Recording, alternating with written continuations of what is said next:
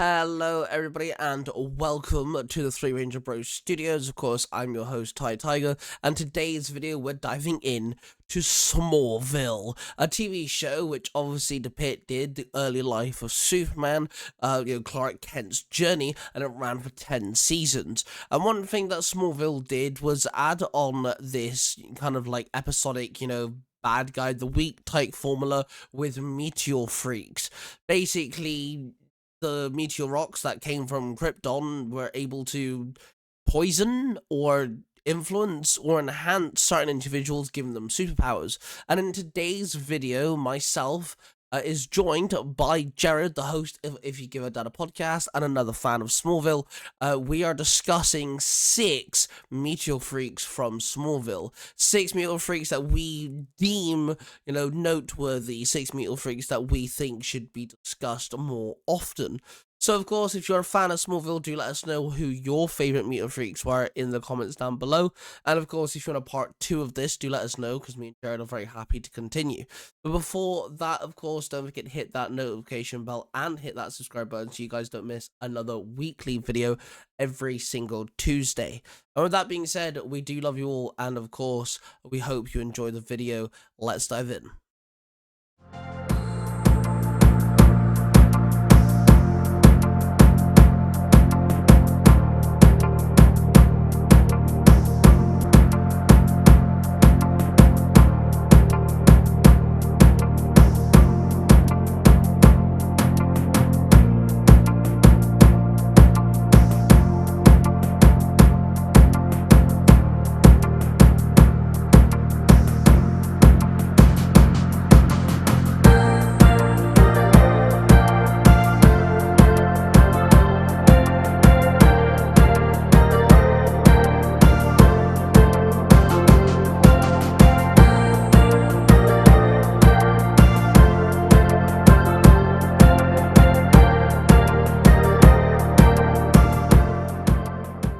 Okay, six Meteor Freaks are in Smallville that we deem noteworthy. I'll let you go first as the council member, because I'm nice. Well, I appreciate that. I've got one from season 1, and I have 2 from season 2. But we'll start out season 1. All right, and that is Eric Summers, played by Sean Ashmore. He's also, his brother plays in the show too. Fun fact, Yep. Aaron Ashmore plays Jimmy Olsen, but he in season 1 absorbed Clark's powers because of the lightning hitting him and it transferring. I thought that was an interesting one because it was one of the first times that we were able to see that Clark isn't always invincible. We got to see a human Clark, in fact, at that point, and he got a taste of what life would be like if he hadn't had his powers. And then you got a chance to see, oh, this kid, he seemed okay. He had a kind of abusive dad and everything, but you saw what would happen if somebody else were to have those powers and how they would be abused. Yeah, that's one of my favorite things with that character as well is, they got not too much of a bad guy, but he wasn't perfect. Right. He was that he had that sweet spot of like, he's just a geeky kid. His dad's a bit of a knob. He's a geeky dude, he's not a he's not like, Cletus Cassidy, Carnage, he's not like a psychopath or anything. But like, right. You got to see what it was like if a human being got the powers of Superman. What would they do? And it doesn't go well, obviously. No. And I kind of like the way his acting changed from being the little geeky. He's a rock collector, isn't he? Or like a fossil collector? Yeah, he was looking for like geodes and stuff, Yeah. So like he's a proper nerd, and then when he shifts to having powers and stuff, he proper changes the way that like, he kind of presents himself and things. And he also gets brought into season 3, if I rightly remember. He does, yeah. So that's kind of cool that we got to see him again, even though it was short. We got to see him again, which is kind of cool. Right. But yeah, they were all trying to break out of Bell Reef, Bell Reef, and they tried to bring him back. Yeah, One other thing with him is, it was almost he felt that when he got the power, he finally felt like he could stand up to his dad, Yeah. and he just kind of went overboard with it. And it was almost like he got to the point where it was, okay, I've already went this far, so I might as well just keep going. Yeah. It Yeah, was kind of like, Clark used his powers in the case of, well, I have these powers, this person doesn't. If this person's in a burning building or falling off a ledge or whatever, I right. have the ability to stop it, so why shouldn't I? Where Yeah, Eric kind of took it the other side of the coin, where it's a case of, well, I have the power to do this thing that I want to do. Why right. shouldn't I do it? He took it Yeah, the more selfish route. So we yeah, got yeah, to for we sure. got to see we got to see the mentality of behind the power of usage a bit different, which is kind of cool. Yeah. With great power comes great responsibility. Oh, wait, that's not that. Wrong universe. And also, this had never been done before with kryptonite. We never got to see Yeah, kryptonite used in that way, which is very interesting. right, Um, right. so if we're gonna stick to um season order, then I shall Hmm. also go season order. My oddly enough is also called Eric, funny enough. Oh, okay. But season 2, he gains the ability of super strength by melting down meteor rocks and inhaling it through an inhaler. I remember that. Yeah, that was a good And episode. he starts robbing places that hold meteor rocks, and he starts using an inhaler, which I thought was really unique and strange because people with super strength ain't nothing new. Everyone has super Right, strength nowadays, but the fact that he was limited because he had to do the inhaler side of things, and it was a very unique method on the way it was presented because we've seen super soldier serums, and Superman hmm, gets his strength by solar energy, and gamma we've right. seen, and but we've never seen someone get super strength via inhaling a form of liquid. Yeah, yeah, And that's what it was, yeah, and he was, he's not a compelling character. He's not like a massive, like, oh my god, he's gonna, like, do this or that. But he did make Clark bleed. He punched Clark that hard in the face. His lip started bleeding, right, which was a bit of a shock to Clark, which is always cool to see, especially in the earlier years. And right. yeah, Because he's I like, just I'm invincible. yeah, exactly. Yeah, And I just like the method. I think it's a really unique take on how it's used because a lot of these characters are like just infected or like they get their power and it's done. Where he's limited, he loses his strength eventually. He's got to right, keep doing it, right. which always made me wonder if he wasn't a bad guy and he was a good guy and he was a hero, that would be a massive limit. That'd be such a clutch on your powers. You have to use an inhaler to Yeah, then keep your strength up. But yeah, I just thought it was a very unique way to do super strength. yeah. And the thing is over time we see in the show people have long term effects from Mm. using kryptonite and stuff, and it kind of would have been interesting. We don't get to see it, but to know what that would have been for him. I mean, is he going to get some kind of weird form of like lung cancer or something?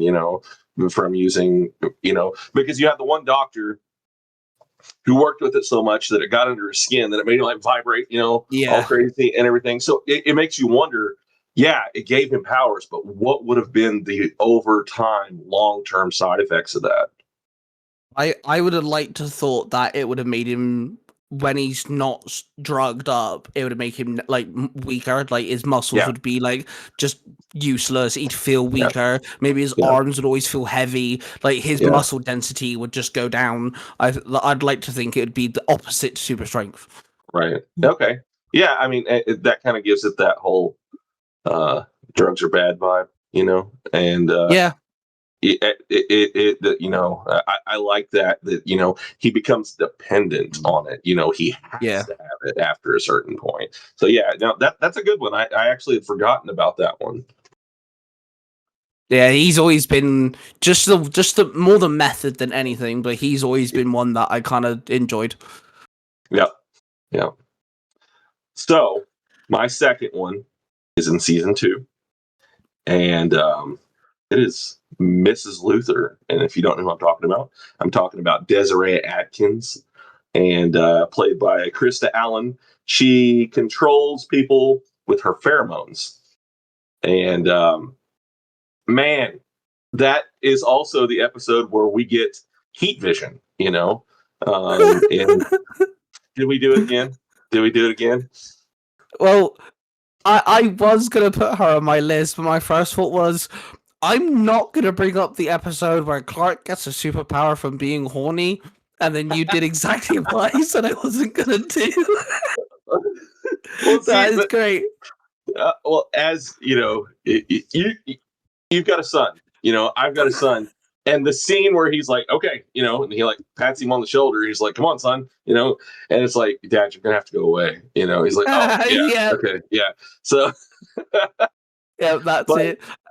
yeah, that character, you know, of Desiree, you know, I mean, she did a great job playing the part, the lady who did it, and it was able to help further the storyline between Clark and Lex. You Yeah, know, in the trust side of things, you know, because he felt like he knew Lex at that point, and then this lady comes out of nowhere, you know, literally. and yeah, and just like, oh, we're getting married, you know, and it was an interesting dynamic to see, you know, how she was able to um, kind of play everybody, you know. She Yeah, even was able to get somebody like Jonathan Kent to like almost kill for her, and so yeah. it was interesting to see that it could go that far, and she was that powerful.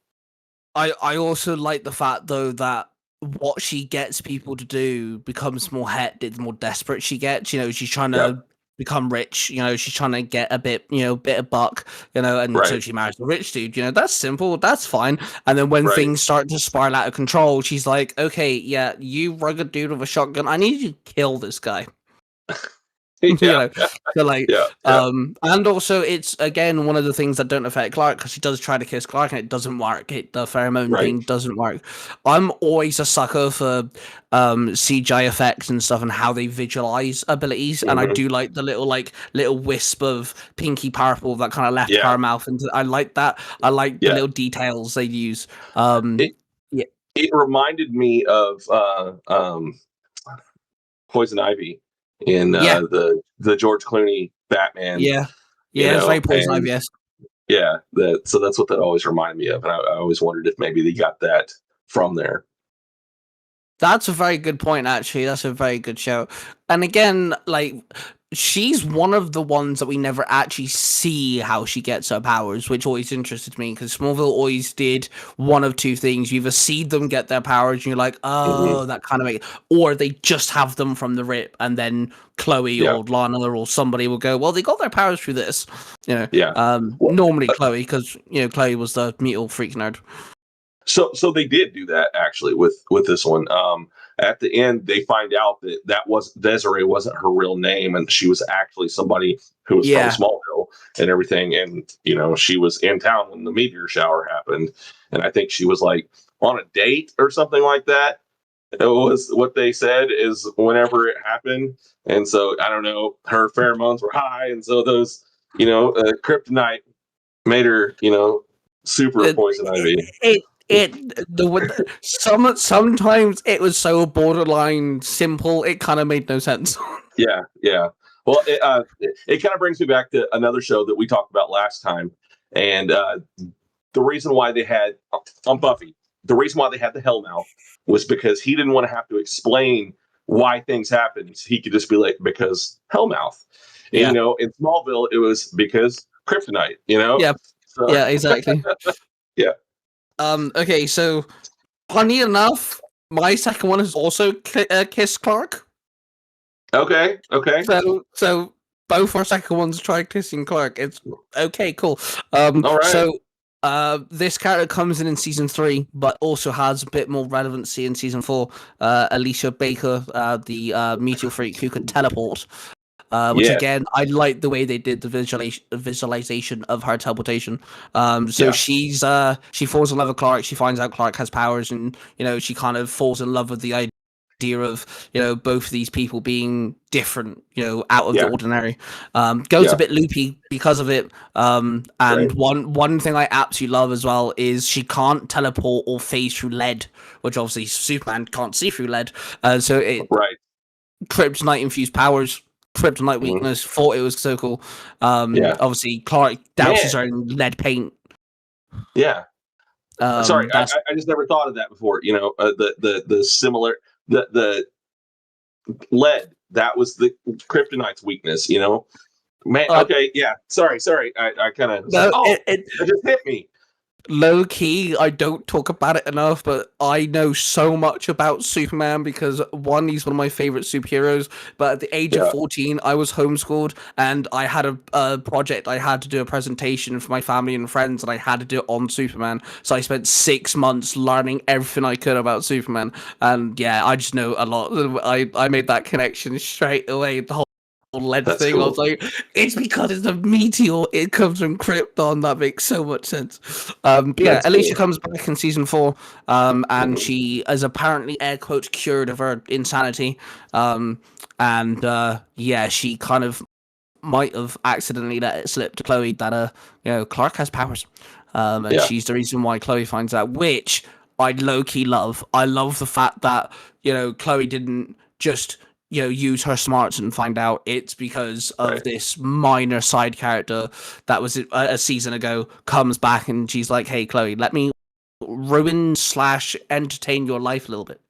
Yeah. Yeah. So Yeah. I thought she also had her send off was interesting. I didn't expect them to kill her off, Right. Yeah. I didn't either. I but didn't like that they killed her off. I really didn't. yeah, I find it poetic, but I Yeah. also I wish they kind of made her maybe like one of those characters that pop in for an episode, maybe help out and leaves. Maybe when Clark comes to Blar, maybe Alicia then kind of like maybe becomes a superhero too, or maybe she Right. goes the opposite route and becomes more normal and stops using her powers, or something. Right. I Yeah. wish Yeah. that we kind of got a different more because not many of the super powered characters kind of stick around that long. Right. And Alicia Yeah. was unique, and she's a Smallville original character, so kind of cool to see that kind of blossom and see how she went from loopy land to, I don't know, maybe she was a fighter, maybe she was just a normal person, who knows. Yeah. Yeah. But her power was cool though. I like the way they did, again, the visualization of her, Right. dematerializing and rematerializing was pretty sick. Yeah. Well, and then she had the bracelet, the lead bracelet, Yep. and and then they get married, and he She actually puts red breaks. kryptonite on him, yeah. Yeah. Yeah, and he actually breaks the bracelet, in that he just crumples it, and it's I don't know. I like the dynamic between the two of them. I liked, they were kind of good together, but they were almost kind of bad for each other at the same time. And Yeah. she was a good character. And there for a second, they let you believe that, okay, well, Lana's going to be over here and she's going to be with uh, doing her thing, and then he's going to be with her, and you think that for a second, and then and then she does the whole thing with the red kryptonite, and you're just like, man, it didn't have to be like this. So It would have been kind of cool to keep around for a couple of episodes. yeah, let it And play then out a little more. And then eventually, maybe Clark keeps saving people, and it just keeps getting in the way, or maybe Right. maybe he worries about Chloe and Lana too much, or something like that. Play along Right. with his relationships. Maybe she doesn't like the fact that he's friends with Lex. Maybe she finds Lex a bit snobby or something, and that's Yeah. why she then uses red kryptonite on him. Yeah. Like that would have been really cool. I like that. Yeah. She was a good character. It's just a shame we didn't get more of her. Yeah. Okay, hit me with your last one. I'm intrigued. My last one is another person that was trying to kiss Clark. So, and Oh my god, that is Sorry. great. I promise you now, my last one did not try and kiss Clark, I promise. my honorable mention, I promised it. I don't think he did. Yeah. So, we'll see. But my third one is Kyla Willowbrook. She was the shapeshifter Yep. that told him the story of Naman and stuff. The reason why her character was, I wish it was longer. That like hers would have lasted in the same way, because she understood him. She knew who he was, and Yeah. she wasn't scared by it because she knew that they had lore for him in their world, and it kind of gave him a place to be for a minute and a place to understand who he is in a way. And that just ties into an overall storyline, that goes on for quite a while in Smallville with, the whole Naman thing and what was Set? Was that Yeah. Yeah. It's sad, yeah, yeah. And so that's my last one is her, and also she's just really pretty. I like how that's your ending note. She's just pretty. Yeah, she's real pretty. Yeah. Yeah, because I kind of like the build up to finding out it's her as well, because obviously she's Right. like a white wolf, isn't she? She's a Mm-hmm. skinwalker, and like this white wolf's kind of like attacking, or not exactly attacking people all the time, Scaring but like people. Yeah. like defending that like area, and then right at the last second you kind of find out it's her. Yeah. And it was kind of tragically done, like in a really good way, like in a good storytelling way, but it was like kind of tragic in the way that they did it. They did it in a way that was like gut punching for us as the viewer, like, whoa, damn, okay, nah, that ain't cool, bro. Like, what the hell you doing to Clark, man? Right. And like, I like you said, it's a good tie to, because we had the cave that they find, and obviously, it explains basically kind of foretold the storyline of Clark coming to Earth and then being an enemy to Lex. That's kind of like the storyline they were foretelling. And I kind of like the fact that the person who helped him understand had more of a connection to him than just like, Jor-El or like just some random, there was a deep emotional connection between the two, that it wasn't just a person who explained, it wasn't a plot device, there was actually a story there. And yeah, she's pretty. I'll admit, yeah, she's pretty. Yeah. She and the other thing is I hate the way that she like died. I mean, she jumped out a window and got nicked on her side, Could she not like change back to human and it'd be okay? Or, I mean, I don't know. They could have given her a better ending. Yeah, no, that I don't mind the fact she died. I think that works well, but the way she died is a bit dumb. Yeah, because like, she's very tribal-esque, and like, surely she knows someone who can sew a wound, and like, it makes her as a wolf just because she shapeshifts back. Like Clark finds, and then she shapeshifts back. So surely she can shapeshift back and just get sewn up, or like, like what? So like, I don't mind the idea that she dies, because that does kind of solidify this whole story arc they're trying to tell. It was a nice stepping stone for Clark again, because he did go through a little phase of he can't be of anybody, because everyone ends up leaving, dying, getting fucked up because they have to cover it for him because of a secret. Pete leaves and all sorts of stuff. So like everything goes bad. So it was a nice stepping stone for that major arc that he goes through. But the way she dies is just dumb. It's just stupid. Yeah, I agree. What's your last one? My last one is Tobias Rice, who is in season 6. He's blind, but he has the ability to see people that have been infected by meteor rocks. So his vision is very blurry and like reds and greys, but when he sees someone who's been infected by meteor rocks, they glow like a ultraviolet sort of color.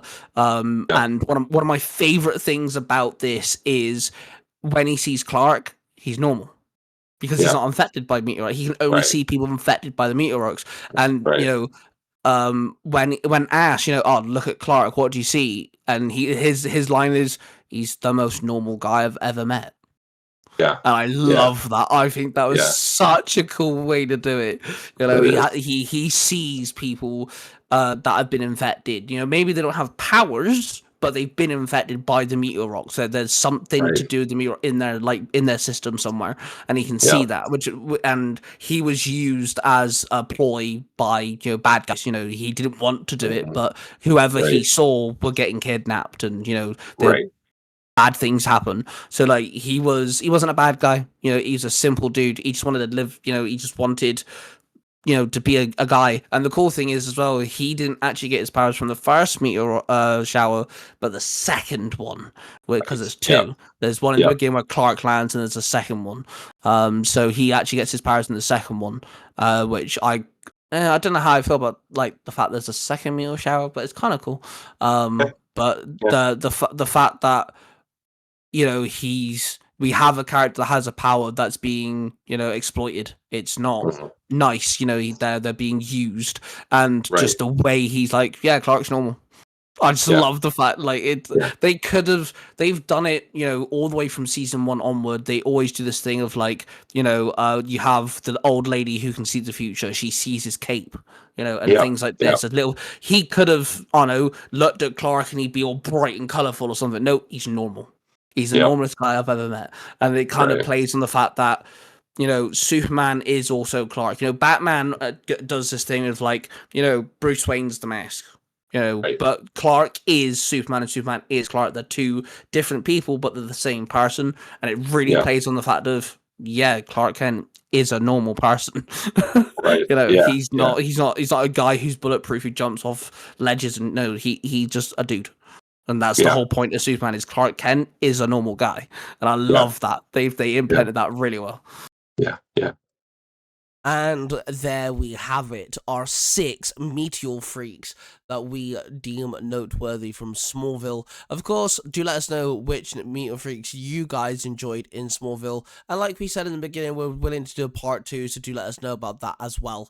Now, of course, do check out If You Give That a Podcast, which is ran by Jared and is hosted by Jared. He's a fantastic host, and he gets to interview all sorts of guests, from voice actors to wrestlers to actors to comic book artists and illustrators, and so much more. You can find If You Give That a Podcast on all podcast platforms, and the video versions do drop on YouTube as well. So do check them out. It's been an absolute blast, listening to Jared interview some of these amazing people that are across the globe. So with that being said, do let us know what you guys think of this video, and of course subscribe if you're new, and don't forget to hit the notification bell so you don't miss another weekly video every single Tuesday. We'd love to hear your thoughts on the Meteor Freaks we picked, and what Meteor Freaks you guys enjoyed seeing in Smallville, and which abilities you thought were weird and odd and strange. And with that being said, we love you all, we're of passion, and we shall see you guys in the next video. Bye.